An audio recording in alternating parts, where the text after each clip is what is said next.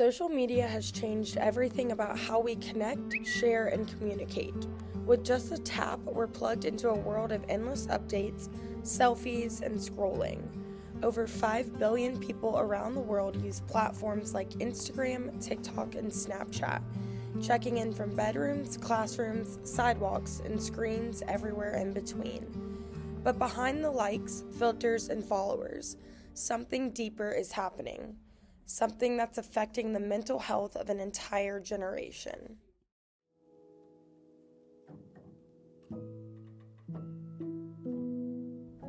Mental health is more than the absence of illness.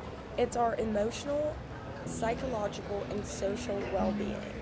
It affects how we think, feel, and act, and how we handle stress, relationships, and decision-making. But research shows a worrying trend. As social media uses skyrockets, so do anxiety, depression, and low self-esteem, especially among teens and young adults. And it's not just a feeling, it's in the data. See rates of depression and anxiety and suicide and loneliness going up among young people. And I'm concerned that social media is an important driver of that youth mental health crisis. This is the defining public health issue of our time, youth mental health. Research shows 95% of teens are on social media. More than a third say they're on constantly. And teens spend an average of 3.5 hours each day. This documentary explores how social media impacts mental health. On one hand, platforms offer connection, creativity, and community. But on the other, they promote harmful comparisons, cyberbullying, and an addictive scrolling loops. Our goal? To show both sides and ask one important question. Can we protect mental health without silencing connection? Social media is built around comparison. Teens scroll past picture-perfect bodies, luxury lifestyles, and curated lives that feel impossible to match. Studies show this kind of social comparison fuels anxiety, depression, and low self-worth, especially when filtered images become the standard we measure against ourselves.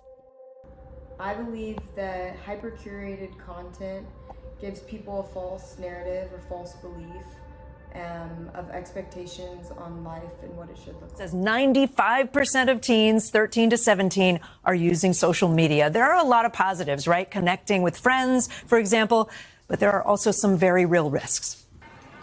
21-year-old Sophie Shev clearly remembers the moment she joined social media. It was the day of her 10th birthday party. I was someone that grew up pretty heavily bullied and someone that struggled to fit in socially. So when my peers told me that there was this app that they were downloading to stay connected to each other, to expand their social life, I thought that if I downloaded it, it would help me fit in too. She downloaded Instagram and followed a few other students. But Sophie says when she turned to the Explore page, she saw content from accounts she didn't follow. And when she started clicking on posts about models and weight loss, she says it took a turn. It went from swap out a candy bar for a carrot to this is how to hide your food, how to avoid eating completely. Sophie says the content helped lead to her eating disorder. She was hospitalized 13 times, starting at the age of 15, when her doctor delivered this dire warning. He looked me in the eyes and said, the insurance called and asked for your prognosis. And I had to tell them that you are going to die in the next couple of weeks. Your heart, liver, kidneys, they're all failing. Sophie made major changes in her life, and she's in a healthier place now, going to therapy and taking a 2-year break from social media. And her story is not unique. When asked about the impact of social media on their body image, 46% of teens 13 to 17 said that social media makes them feel worse. Let's look at the data. From 2007 to 2023, anxiety and depression among U.S. teens nearly doubled. The more time spent on screens, the higher the rates of reported mental health struggles. The connection is too strong to ignore. Cyberbullying is the dark side of always being connected.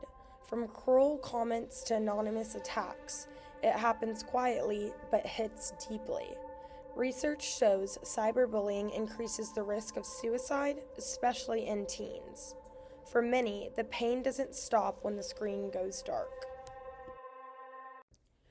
Mental health professionals are seeing the effects firsthand. Here's what one expert had to say about the relationship between cyberbullying and mental health. And there are a couple of really key differences between bullying and cyberbullying. First of all, face-to-face bullying often happened at school, in a schoolyard, and during the daytime. Cyberbullying can happen at any time and in any place. This leaves the victim of that bullying feeling like there may not be an escape. Right. The second thing is cyberbullying can be anonymous. You may not know who's messaging you or texting you or posting these things. You literally may not know who you're being bullied by. So how common is teen cyberbullying now? Well, a 2017 study by the U.S. Centers for Disease Control and Prevention, the CDC, showed that about 1 in 7 high school students were electronically bullied in the 12 months prior to the survey. It's unbelievable. What are the effects that the research is showing? Well, some of the negative effects include things like trouble concentrating, academic struggles, even avoiding or quitting. Social media apps are engineered to keep us scrolling. The algorithms are designed to trigger dopamine, the brain's reward chemical, every time we get a like, view, or comment. It's not accidental. It's behavior psychologically turned into a business strategy.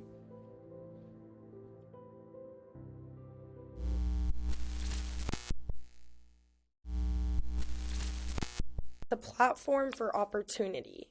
Millions of people, especially young entrepreneurs, have built careers and communities online. Small businesses thrive on Instagram and TikTok. For many, social media is a lifeline, not just a distraction. Tell us about your business and the ways that you use social media to improve it.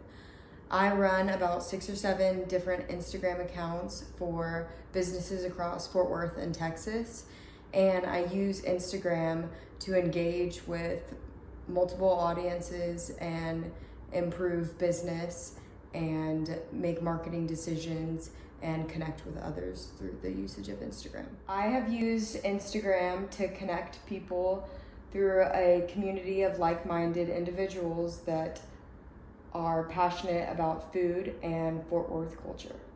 In my personal case, my social media platforms that I manage would not be harmed by social media regulation, but in many cases, it would.